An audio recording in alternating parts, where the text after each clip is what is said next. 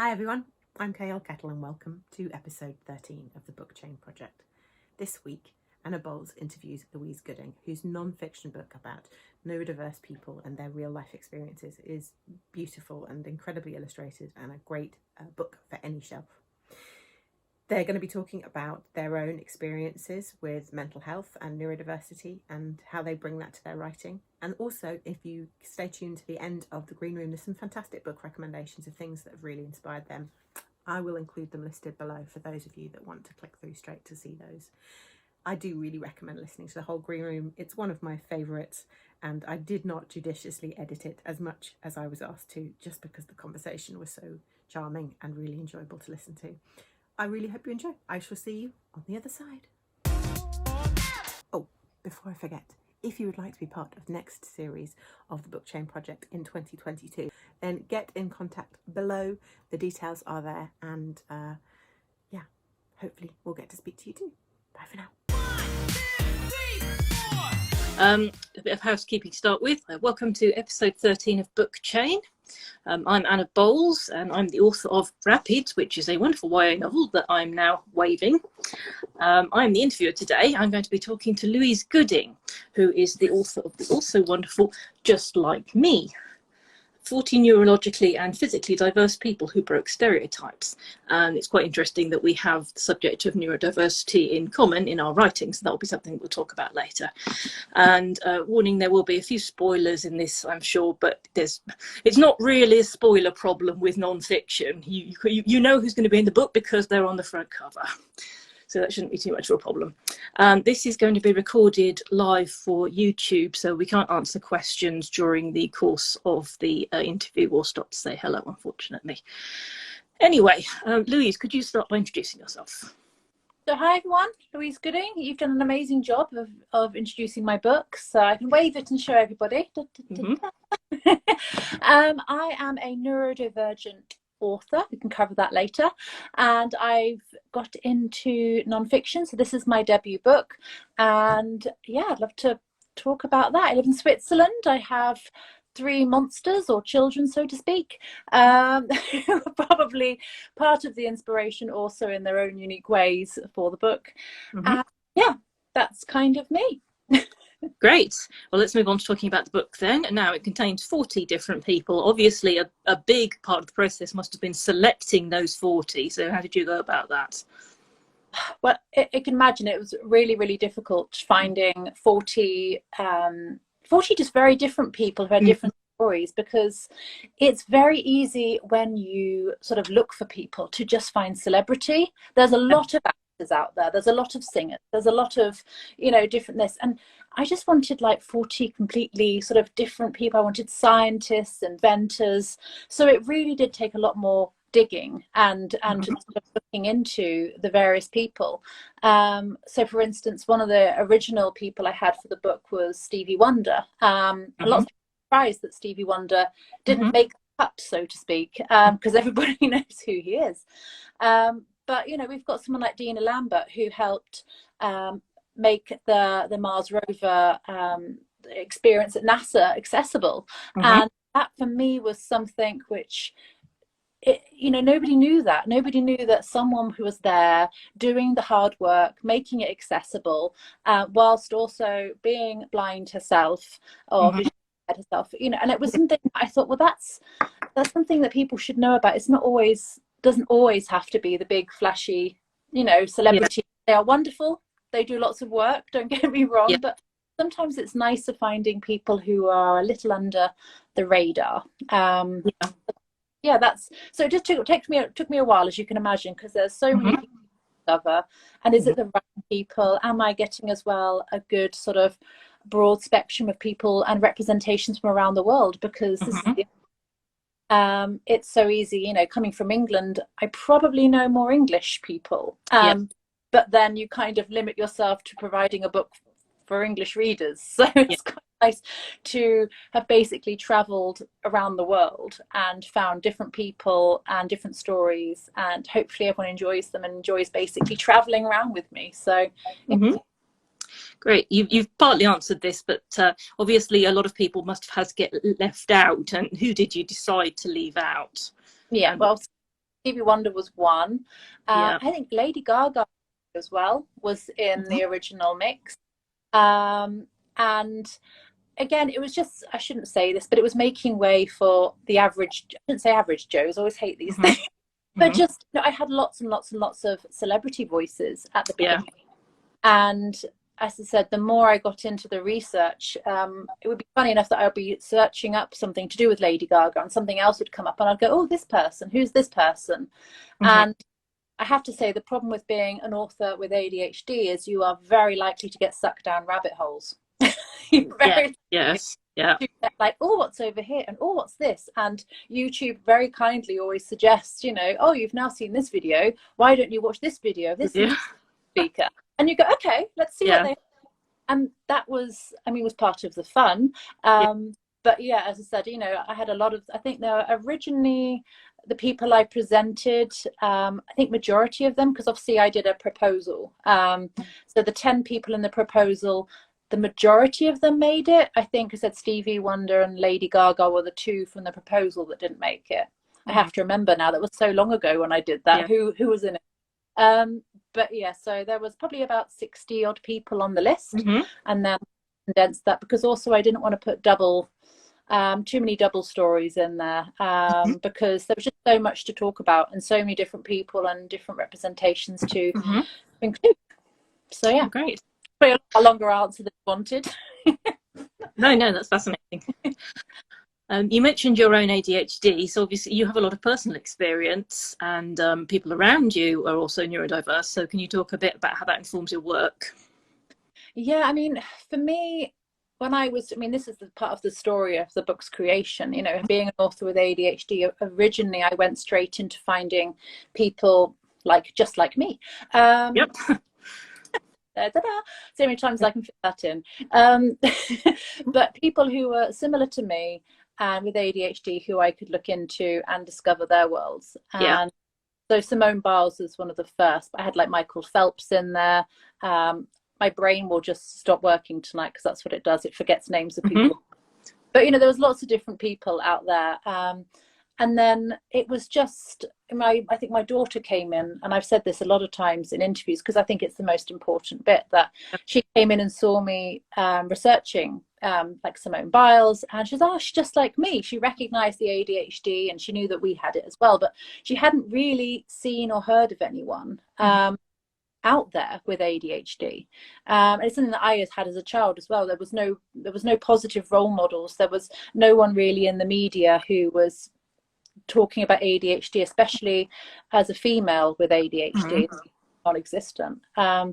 So the more I obviously went into the book and discovered other things, I mean, my daughter just kept popping up and being like, Frida Kahlo, oh, she likes art just like me. Oh, Stephen Hawking, he likes space like me. And it was just this fun. She just kept on coming about. It didn't matter who I was working on. She was like, you know, Greta Thunberg wears her hair in plaits just like me. And it just kept like, you're finding all the reasons I want to call, you know, she actually was named the book. She didn't realize it at the time, but it was she was seeing things, just relating to people for different reasons, not just because of ADHD. And this is what I loved about the book as well. There's so many people you can relate to. So hopefully that covers that. I'm really sweating. I apologize if I'm looking a sweaty mess. I'm in my attic and it's corner because it's 30 degrees today. No, I'm probably pretty sweaty as well, but at least I'm not in a attic. Very shy. All the vibe. Okay, we go on to the next topic. You've obviously talked a bit about the inspirational aspects of the people in your book and all the things they've achieved, but obviously there's the downside too of the prejudices that people face and will continue to face. So presumably you've been inspired by learning about these people as well, and what is the overall message that you've received from them that would be useful to pass on to readers about how to cope with prejudice, how to feel good about yourself, that kind of thing? I mean, I think a lot of the thing, and I think a lot of people hopefully that listen to this, if they you know, represent as neurologically or physically diverse themselves as well, will understand there's so much stereotype that we, you know, that we're challenged with it, that we are, you know, it's just, you know what I mean? It's just like you've got it and they suffer with, they're challenged. wording so much, because a lot of the time it's just it's a part of us, you know. I'm not defined, well, I am quite defined personally by my ADHD, because it gives me brain fog and it makes me meet all of my quirky ways, and I'm not against that. And I think people are so, yes, I'm more than a label or anything, but I think it's important that that label's still part of me, and I work with it, and I work with my ADHD. I don't overcome it. I'm not challenged by it. Sometimes having a bad day, but it's people understanding the importance of language around it as well. And I think also just speaking to people, that's the biggest, you know, thing. So many people, as I said, you know, when I say about ADHD, and they're like, oh, I'm sorry, or the other one, oh, I think I'm a bit ADHD. Like, okay. And I know everyone says it positively, but if you go back and you start thinking, or you look into things and you actually research what these things are, I think people would have a lot more understanding that, you know, coming up with these terms or saying these phrases is something which actually need not be, and it kind of is just a general acceptance of, I'm Louise with ADHD and that's who I am. You know, Jerry over there's, you know, Jerry with the black eyebrows, and Jenny over there is, you know what I mean? Like, it's just people are people, and it's part of you, and it makes who you are, and that's fine. And don't stereotype that, because you don't really know what people are going through or what they're dealing with or how they're going about their everyday. And that's, you know, please don't start making judgments based on a label which you probably might not know much about. So I have had people say this as well, or if if you've got an opinion on that as well, or I was just going to say, I have had the experience that I think happens to a lot of quote unquote high functioning people, which is that I say that I've got bipolar disorder, and people look at me funny. No, you're not screaming and running around the room. Clearly you don't have bipolar disorder. Quite a lot of conditions will affect a person differently at different times, so it doesn't sometimes it almost does define them if it's something that you consider to be a health problem. Certain times it will completely drag you down, other times you won't necessarily notice it. Again, it depends a lot on the condition. This applies to bipolar mostly. But it's not a constant experience. You don't have exactly the same issue every day. And I think that applies with some other conditions as well, that can throw up all sorts of different symptoms, or occasionally not throw up symptoms. Yeah, and there's no textbooks. There's no like book to ADHD, which is everybody. We're kind of all our own sort of versions of it, because it manifests, as you say, it manifests itself in so many different ways. And that we have, like, you know, comorbid conditions and things will also affect. And so people, I think, when you say, oh, I'm ADHD, well, it also comes with this and it comes with that, but I don't go into all that. As you say, it's so many people just assume, oh, but you know, I mean, I think with me, when I had my diagnosis, the doctor said, oh, you're like the poster girl, and I was like, that's really expensive, but okay, fine.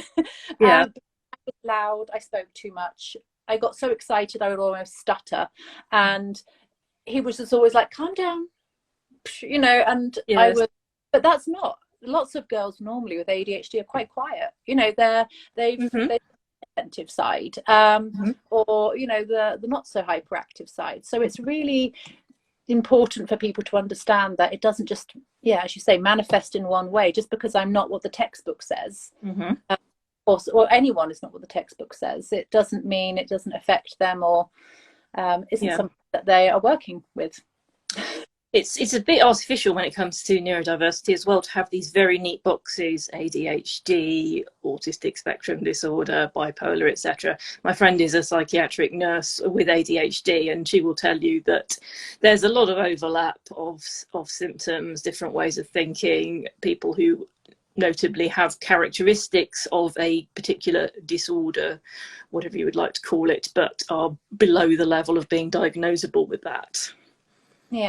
And I think it's an interesting one. It's a big topic, and as you say, even the words ADHD is like the you know, there's a high focus, having a attention deficit. Well, when I'm in place, my attention's completely amazing. You know, I literally have So I don't always have an attention deficit. Sometimes I have far too much, you know. And it's really, is it really? Again, this is something that people don't know, which is probably why I, you know, wanted to write the book, to kind of show and open people's eyes up to the world around them and give them something that was hopefully understandable. I think it's difficult, as you know, because I do try and give a small definition to kind of give people a slight understanding, but I do put at the beginning of the book that, you know, this is very generic. Please do more research, because I can't put everything in, you know, I can't put everything in the box. I can make it generic, give you a small taster of what, you know, what these diagnoses are, but you know, there's medical dictionaries and books and books and books worth of the knowledge there, and I can paragraphs. So I always say, please do some more research, and if you're interested, you know, there's plenty of charities out there who would love to talk to people and explain a bit more of what they do and the people they work with. So yeah. Okay, great. Turning to a different aspect of the book. If people have been watching Book Chain, then they will have mostly seen novelists so far, but your book is non-fiction. So in some ways that's been a very different writing process. And also I know the publishing of non-fiction is a different process, because as an editor I've been involved in doing that. So can you talk a bit about your experiences specifically with non-fiction? I mean, I quite like non-fiction. I have so much respect for guys like you. I mean, I'm really like blown away. I think I love this. My attention held so well because it's chapter by chapter and it's a small bit. And I shouldn't say, if I got bored of doing one bit, I would like, I'll just do exciting and I'll swap there.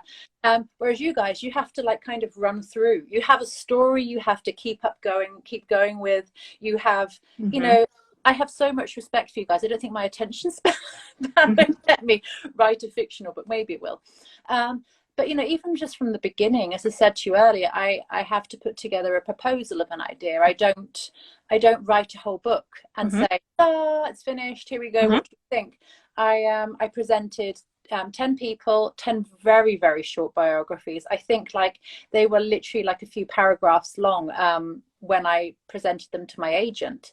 And I was like, oh, that's probably okay. You know, I don't know what they're looking for. And then it went to something probably maybe rebel girls size, and then I was like, but hold on, there's more to talk about. We should do their achievements, and we should do this, and we should do. And I mean, obviously you start with a small idea, and normally it's just a small idea of we could cover this, we could cover that, and as you've only presented an idea, you often find there's more things you want to talk about or cover, and there's a lot more of a communication process between you and about what you're looking for, or would you be interested if I add this, like the quotes and things. And so it's a lot more of a relationship. It's, I guess, I mean, I don't really know, I've not done novel writing, but I'm guessing a lot of it is you have to go and you write it, then you present a whole book, and then they give you some edits, and then you maybe have to write another book again, or you edit bits here or edit. But, you know, it's a probably completely different process. Whereas this, the biggest problem I have is, as I said, you know, when I hyper focus, I would be like writing like 2,000 words on like Stephen Hawking, and then going, okay, I've got 600. So I have to, condensing someone's life into 600 words is interesting and difficult. Because I missed out this bit and I've missed out that bit, and I want to talk about that. But I mean, to be honest, there's people in this book who've got, you know, other books out there, and I hope people continue to learn about them. I always say, you know, Stephen Hawking got his own books as well, and I always say, please go and read them. Everyone knows me. I always like, I'm a bit of a bookworm. I always like talk about my book and sell about 20 other people's books whilst I'm promoting my own book, which is, I'm not sure if it's a good thing or a bad thing. But yeah, there's lots of books out there which really complement, just like me, if people want to learn more about the people in the book afterwards. So and hopefully they do. So. Great. Yeah. So in case anybody wants to write non-fiction, it is slightly different in that quite often a publisher will have an idea and will look for an author for it. Was it, in your case, was it actually a case that you had the idea and you pitched it to publishers? Yeah, I pitched it to an agent. I didn't have. Okay. I was one of these annoying people. I'll be honest. That I went to a Scooby conference with some ideas under my arm. And I completely left with a different idea, which was, funny enough, just like me. I have some friends that are like, oh, this is the idea, I'm going to pitch it, I'm already going to pitch it. And my friends were like, calm down, you've literally just started writing. You went to a conference and you've worked out that your picture books are like 2,000 words long. You know, you obviously you're very new to this. Calm down. I'm like, no, it's going to be great. It's going to be fine. I'm going to do it. And I think within 3 months after the conference, I was already talking to my agent, and there was interest because there wasn't something like this at the time on the market. So I kind of say I was very lucky. I think I was right time, right place. I probably maybe it helped that as I'm neurodivergent myself, and it's something I'm passionate about. I think it comes across as it's you know, someone not just. We often talk about this. People who go, I maybe got an idea, but am I the right person for it? Whereas I think having the experience of, you know, there's neurodiversity, there's even physical diversity in my family, people who live with chronic pain. I understood a lot of this from like a very personal point of view. Not all of it. I was very honest and say I don't understand all of it. But there was a lot of, you know, personal connection to the stories in the book I wanted to write about. So that kind of helped. And within probably a year of the Scooby conference, I was already writing for Studio Press. So it was just like, whoa, that was quick. And I said, all my friends who've been sat with me going, you know, just calm down, take a breath. It doesn't happen like this. And I was like, sorry, just sorry. And they were been supportive, I have to say. So shout out to Laurie Turer and HM Europe, who were there and being my supporters and trying to calm me down as I'm overexcited as a person and determined to go for something. So they've been lovely. No, I have to warn people watching this that you are totally unrepresentative. Totally. People have much more difficulty. Ever. I'm always like, when people ask me this, I'm like, please, I'm not the best person to talk about that, because I was the fluke person who just turned up and, you know, I'm sure it won't happen for everything else. I'll be honest, you know, I've still got work to do, and, you know, I've got still stories to write, still things to do. And I have work to do, and I'm always very open and honest about that. I still do courses. I still work on stuff. It doesn't just mean I'm published and I stop work and I go, oh, I've done it now. No, I've got so much work to do. So I think that's something which I'm a lot more honest about. I still use Write Mentor. Like, you know, I'm always like that. Kind of courses are going on, and, you know, I love it. I think it's a good, whether you have a few book published or one, I think keeping your craft going and still learning is always a good idea. Can you tell us about what you plan to write next, as you've referred to it briefly there? Oh, well, I have got a picture. I can't say anything because it's not been out. I've got a book, which is currently, I've done all the writing bits for it, and it's now off with an illustrator. I can't say who, but yeah, that's in the works. I can't even say, I don't even know if I'm allowed to say what the topic is. It's not been announced, so I'm saying, like, I keep saying, can we say something so I can talk about it, please? But obviously, you know how the publishing industry works. One day it'll be a magical moment and I'll get to talk about that. But I'm still working on, it's also a non-fiction. So it's a non-fiction picture book. And maybe something to do with one of the folders that was under my arm when I turned up to the conference. So there we go. That's a fun fact. We're going back to that one.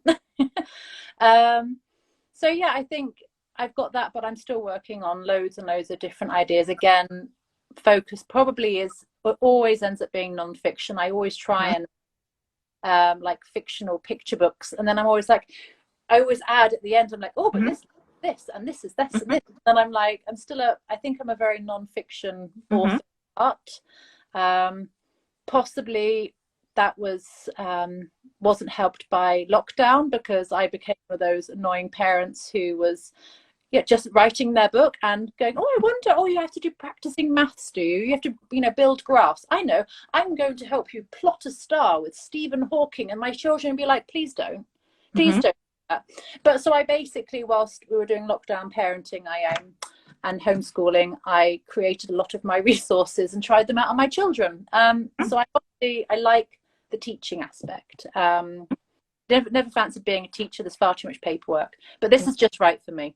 This is just perfect. I can go and talk to kids and teach them and do fun things, and then run away if it gets too hard. Did you grow up wanting to be a writer?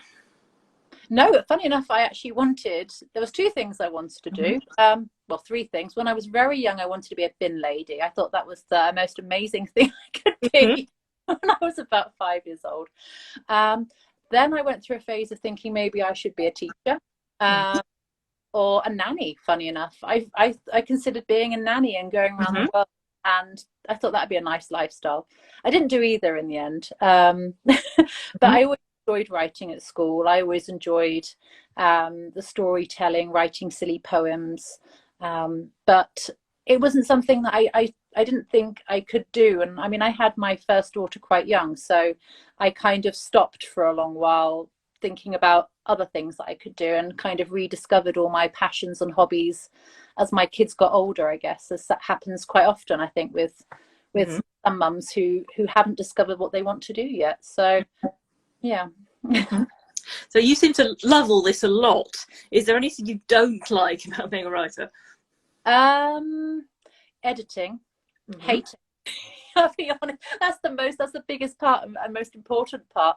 Yeah, I find editing really tedious. I'm one of these people that I'm a creative machine. Let me get in there, let me write stuff, let me throw all my imagination onto the table, and you know, and then someone says, oh, but now we have to tidy up, and I'm like, oh, I've never really liked tidying. I think it's just a thing of mine anyways. I'm not a particularly tidy person.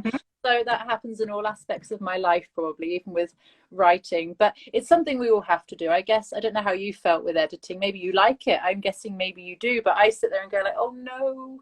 Oh, it's not my... Well, most of my paid work is editing other people. And it's impossible to edit yourself completely. But I do try to edit myself as far as possible, and I have some idea of how it works. I quite enjoy improving things that way, so I probably feel more positive about it than some writers do.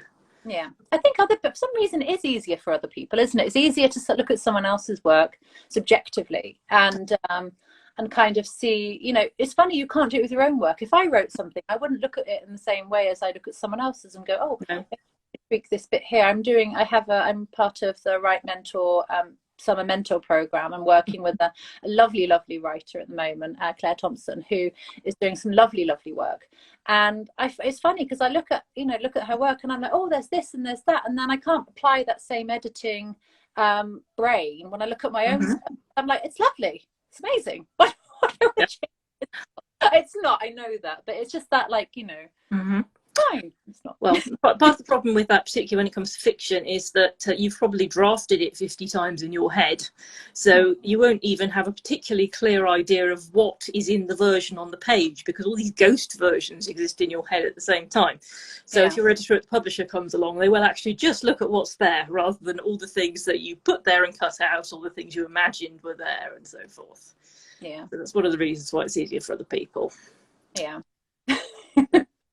Do you have any long-term goals for your writing? Just produce more and more non-fiction picture books, or anything else? I think, I mean, my agent knows this, because I always say, like, I would love one day to get into slightly quirkier non-fiction. I think I have a bit of a strange fascination with morbid things as well. Not in a weird way, but I just find it interesting. And, you know, it's like the thing, like, you know, Bodyworks comes into town and I'm the first person buying tickets. This is the Plassination stuff. And I love stuff like that. And I would like to kind of get into all the weird and wonderful stuff. But I have a really bad tendency to do that stuff with humor, which doesn't always work well, especially outside of England. That doesn't translate. It's a very English, and I blame the fact I was brought up with Monty Python and Roald Dahl. You know, it's I have a really bad sense of humor when it comes to this stuff. So I have to kind of find the balance between the humor and morbid and making it appropriate. I find it, I mean, my kids love it, because when I show them what I'm working on, they're like, I love it, but I appreciate not all parents maybe are as open to that. But in terms of the economics of publishing, most books need to be viable for international sales in order for it to be possible to sell enough copies to pay the author, etc. So it does sometimes come as a surprise to authors that they have to think very much about what other cultures like, about as well as what our culture likes when writing a book. Yeah. There's all sorts of strange things. Like if you do a Christmas picture book, then some countries don't know what a Christmas cracker is, for example. So even countries where they celebrate Christmas, they will have a different idea of how it should be, although they might eat something completely different for Christmas lunch or whatever. And if you're producing a book full of pictures that's about Christmas, it can be a real challenge to get in just things that everybody will recognise as being appropriate for the topic.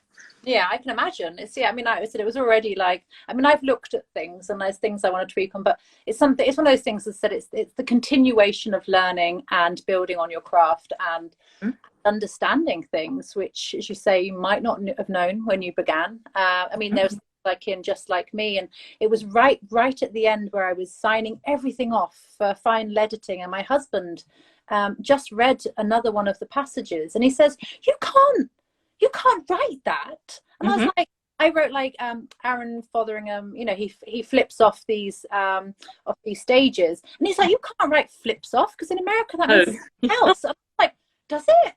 Yes, it does. And sorry if this is being rude. I'm sorry if that's, you know, I mean, it's not. I'm being English, but it just, you know, that whole thing of, I didn't know, and we nearly put it in, and because I didn't think about it, I was just talking about someone somersaulting off of a platform, and no, it's. I was like, oh yeah, okay, no. that then. But yeah, luckily, I mean, it might have been something because it's coming out in America later in the year, so it might have been something that they had gone through. But my husband's like, you've got friends in America who are probably buying it this time. Yeah. So let's save you an embarrassment and help change that. Would have been quite funny though, but it would have been. Parents would have complained. The kids would have loved it. Parents would be shocked. Imagining him doing things that he wasn't doing on a wheelchair off a platform. He really wasn't. Okay, that seems like a good point to wrap up. It probably. Sorry, going off completely tangent. You never know where things are going. I apologise. Okay, well, thanks very much for being with us. And next week you will be interviewing Danielle Brown, and she does non-fiction too. So I'm really, really excited. I have to say, as a quick introduction to her, when we first started speaking a few months ago, she actually knows quite a few people in my book and was saying, "Oh, I know this person, and I know this person," and she went to the Olympics with Matt Stutzman. So there's a fact for you. So yeah. So I'm excited to hopefully everyone joins us next week, and we'll be talking. Hopefully I'll be in a less hot room and sweating less. So that'll be nice. Or it will be exactly the same because it'll be the same. Viewers may have to get used to that for the next 3 months. Lots of powder or something. Yeah. Anyway, it's lovely to talk to you. Thank you so much. Wonderful. Yeah. Bye for now. Thank you. Bye.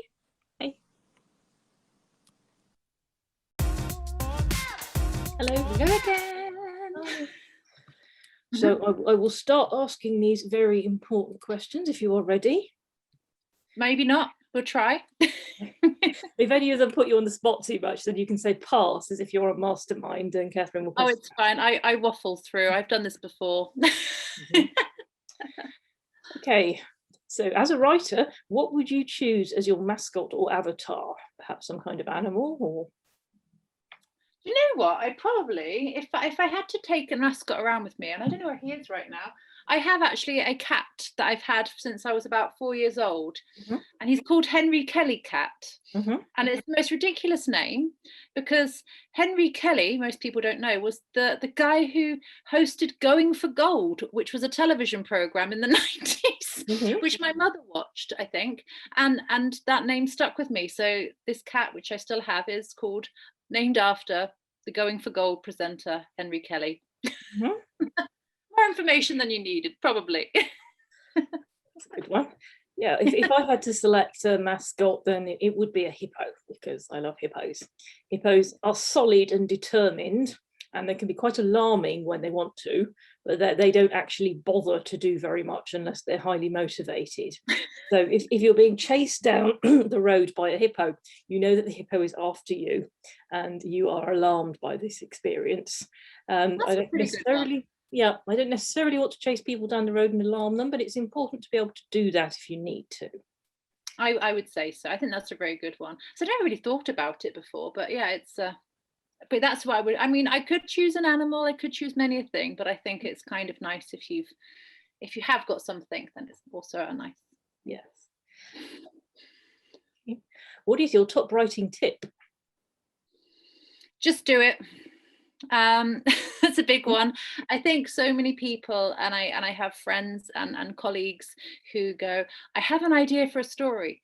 How do I begin? And I go, with the pen and the paper, and you just and that's really, I'm not taking the mickey. It's just that sometimes you just, if you've got something in your head, even if you write the bare bones of what you want the story to be or what you're hoping for, that kind of gives you something, gives you the building blocks to work from. So sometimes if you have an idea for a story but you're not sure how to approach it, just start by putting that down, and also just seeing what else is out there, because I think this sometimes puts people off too when they start looking what's out there and they go, oh, this story's been done, and you think, well, not really in your way. And this is the thing, as you know, having worked in the industry, I guess, as well, that you can do a story probably a number of different ways. You know, there's so many stories out there about a cat, or about this, or about friendship, you know, but there's always going to need to be different spins on it and different voices. So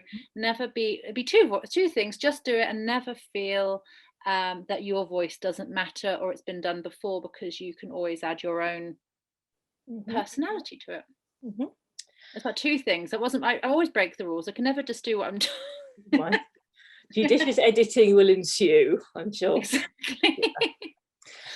So if I had to give my top writing tip, I guess I would probably say something quite practical and commercial, because I'm an editor, so I know a lot about that side of things. And as an editor reviewing people's manuscripts, something I see quite often is people who haven't really thought about their target age. So they might have written a book that is 70,000 words long, but is really appropriate for 10-year-olds. Whereas that's the appropriate length for a YA novel, for example. Or they might have written a wonderful, sweet fantasy adventure featuring a 17-year-old that isn't necessarily going to tick all the boxes for what 17-year-olds are interested in. So if you want to write specifically kidlit, which most of the people in Book Chain are doing, then it's really important to think about which box you're going to fit into, which sounds reductive, but when it comes to what people are interested in at different ages, then it is quite significant. And even as you say, word count, as I said, you know, when I first started writing picture books, it was like 2,000 words long. I mean, I had no idea. I was like, but it's a nice story, why would you cut this down? But obviously you do. But it's that whole thing of, it'd been easier if I'd have first done my research and just seeing how much space I had, rather than doing these epically long books, you know, as you say, because then you feel like you've lost half of something. It's doable, but it's good to know your, should say, building blocks in another area, I guess. It's both of them are building blocks answers. So if you could only eat one meal and drink one drink for the rest of your life, what would it be? Do calories count here? I think almost any answer would cause you to die if taken literally. So exactly. I think it's not, don't worry about reality too much. Yeah, but I mean, Ben and Jerry's peanut butter cup is like my go. I could eat that till the cows come home. I'm quite happy to eat that forever. And I'm quite partial to like a bramble gin. I'm meant to be children's answers. Okay. And sparkling water. I actually drink quite a lot of that. Sparkling water, tea, and bramble gin, because I can't choose three. Depends on the day. Yeah, I guess. Sorry, I'm choosing three. I ruined it again. Breaking the rules. I can't behave, sorry. So I am wedded to chocolate. So if I could only eat one thing for the rest of my life, then I would live on chocolate, which would clearly what type of chocolate though? That's the important one. Chocolate with caramel centre is probably the best. So this would have to be some kind of magical reality where your teeth do not fall out and you don't feel sick after eating your breakfast. And I would drink orange juice, which is healthier but also very sweet. Healthier than gin. Sorry. Yeah. I did throw sparkling water in afterwards. Yeah. Okay. Marvel or DC? Or you make, can I choose, can I be difficult again? Marvel for movies, DC for series. I think that's the only way to go, because I absolutely love Gotham as the television series. I think it's brilliant. And Marvel, I am a massive, we've watched the whole way through the whole series, you know, from like in chronological order, I think about 3 times in this household. We're a bit obsessed. So, and about you, what about your favorite? DC films are far too grim. So, okay. I like the Marvel Netflix series. I like Jessica Jones. So I think Jessica Jones would be my pick out of all the available Marvel or DC options. But are you usually a superhero person? That's the big thing. No, I like fantasy, but it's more epic fantasy, Lord of the Rings style rather than superheroes. But it's not possible to avoid superheroes. You're aware of popular culture. They're everywhere. Yeah. Okay, and a similarly profound question on a similar topic: Bugs Bunny or Mickey Mouse? Oh, I don't know. I would probably say Bugs Bunny, just because Mickey Mouse is just everywhere, and that annoys me sometimes. You can't escape Mickey Mouse, whereas Bugs Bunny, I guess, is a lot more, you know, just there, and you occasionally discover him, and that's nice, whereas you can't avoid Mickey Mouse. Yeah. It's a really weird way of putting it, but yeah. Yeah. I don't think I would choose Bugs Bunny or Mickey Mouse. They're both slightly annoying. Yeah, that was what I was going to say. I'm like, can I choose neither? I mean, who would you, I guess they're Warner Brothers and Disney. So who would you choose? Who would you replace them with? I shouldn't ask you questions. I meant not to ask you questions, but I think it's an important one. Who would you replace them with? I think the most relatable cartoon character is obviously Wile E. Coyote with the huge lumps of metal dropping on him out of the sky, and his long-suffering expression and complete failure to achieve anything. So as an adult, then you realise that the world is in fact like it is for Wile E. Coyote rather than it is for any of the other characters. Yes, probably. I mean, I was a Dastardly and Muttley person. I like them, you know, wacky races. So yeah, slightly different, but probably, same, but Warner Brother. That was good. Okay, so what 3 books would you take with you to a desert island? See, this is where I'm really bad, because I don't reread books.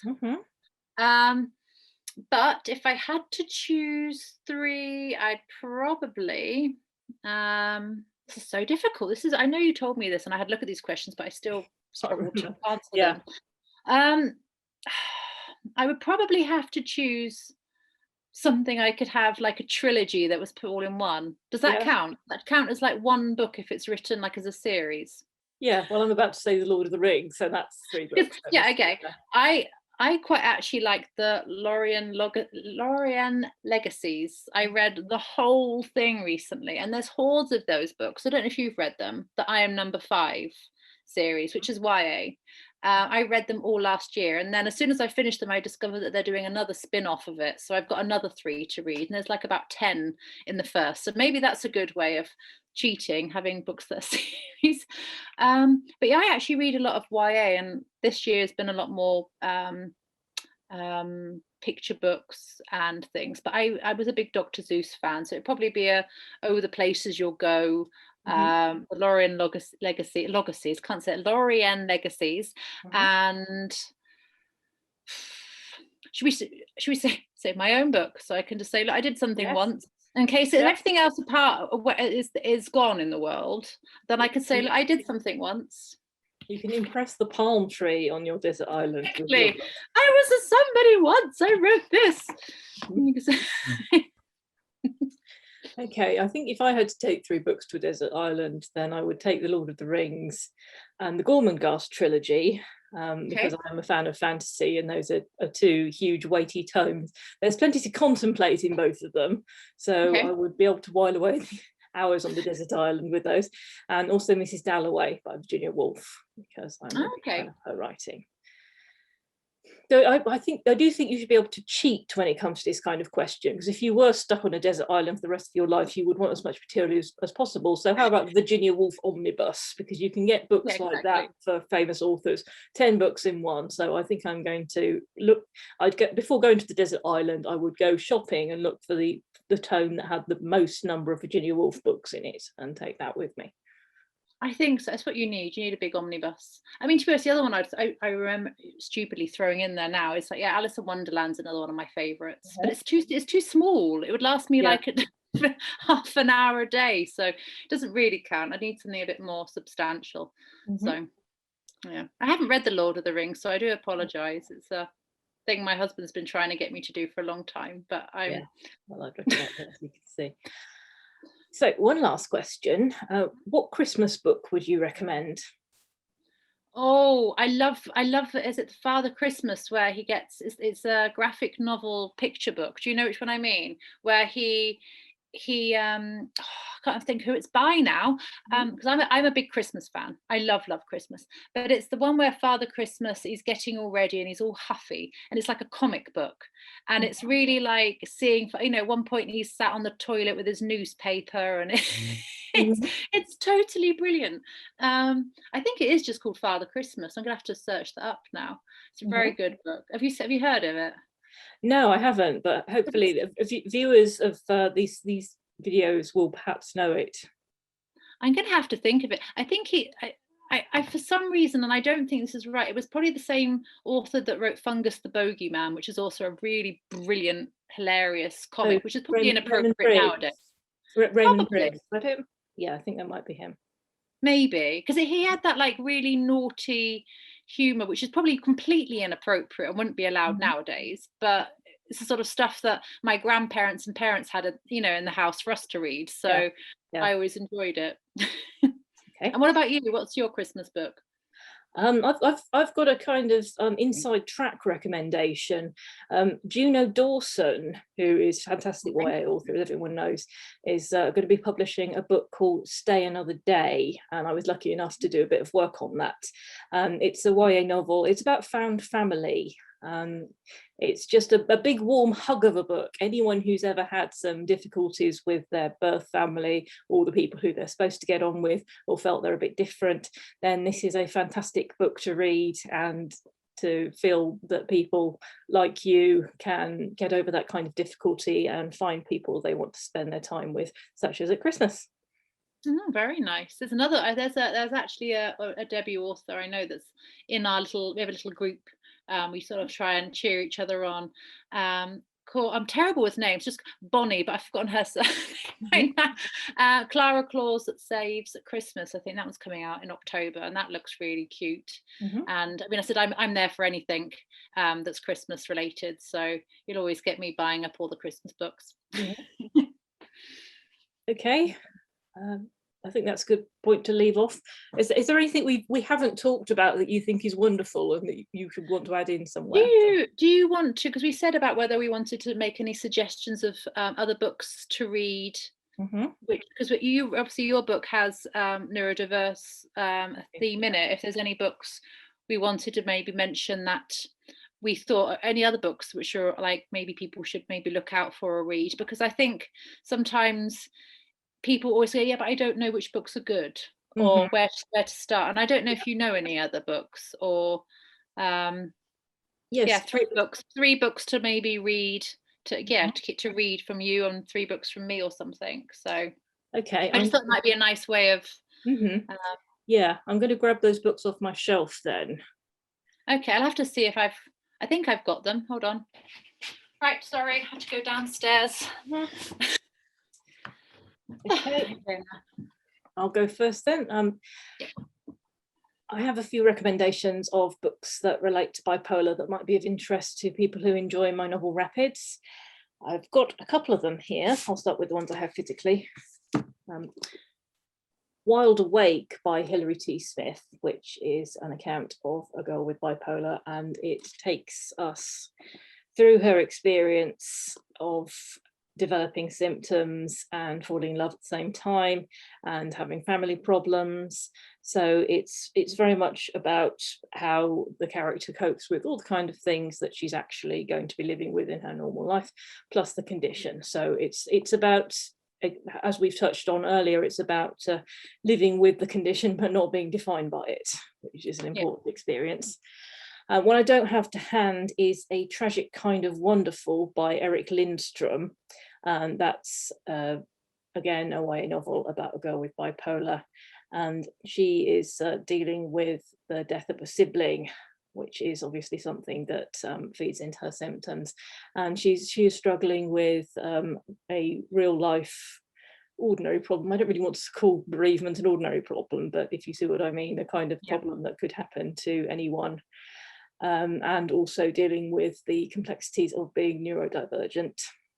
And the third book, which isn't YA specific, but it's actually a graphic novel. It's Marbles by Ellen Forney. And as a graphic novel, it's quite easy to read if you're lacking spoons, which sometimes bipolar people do. You can see that it's again about the author's experience of depression and mania and how she had therapy and came through the other end. And there's quite a lot of fun content. I'm holding up a picture of a maze that she went through in order to find her way through her own life, which is figurative, obviously. So those are my three recommendations. And what were yours? So I'll start with kids because I feel like I should do something. I mean, everyone knows this book, but I love it. Kind of Spark, brilliant. Elle McNichol. I think, you know, Addie's adventure of Addie's story is just, it's just so relatable to me. I said, you know, my eldest has autism. She says people say, you know, she's autistic. She always says she has autism. So that's her choice of phrasing. If anyone sort of picks me up on that one. I think, you know, she enjoyed this, but actually it was funny enough that my youngest, the one with ADHD, actually could also relate to Addie quite a lot to this book and the whole being isolated or singled out at school for being different. So she took quite a lot from reading this book. So I think this is really good middle grade representation, obviously from someone who knows and has experienced this themselves, because they are autistic adults. So really good. My second recommendation, this book I actually bought when I was researching for Just Like Me, was Disability Visibility. So it just came out just near the end. It's an anthology of different voices, disabled voices and their experiences, and I think it was just really eye-opening to just, you know, to read this collection of essays by people, mainly American writers. So Maysoon Zaid, who's in my book, she shared an essay in here, which is one of the main reasons I picked it up, because I obviously wanted to read her point of view. So that's a really good one. I'm not sure, it's not really been published or known about much in the UK, so I did have to get it from America and shipped over. The next book I'm going to recommend is just for the fact it was the first book which I read personally and saw myself in. I love this author so much, Jenny Lawson. Are you a fan? Do you know her? No, that's a slightly disturbing cover image, I have to say. I love it.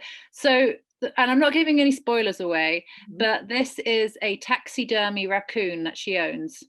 And I'm not convinced by the value of this book. Please persuade me in 20 seconds. It's just yeah, furiously happy. It's basically, you know, it's her life. She has a mental illness, and it's her sort of, you know, ups and her downs and her sort of manic ways, which I really, really understand. So at one point in the book, she uses this raccoon and her husband's on a Zoom call, and it just sort of like, you know, or Zoom, and it does this over his shoulder. And I'm like, that's me. That's what I do.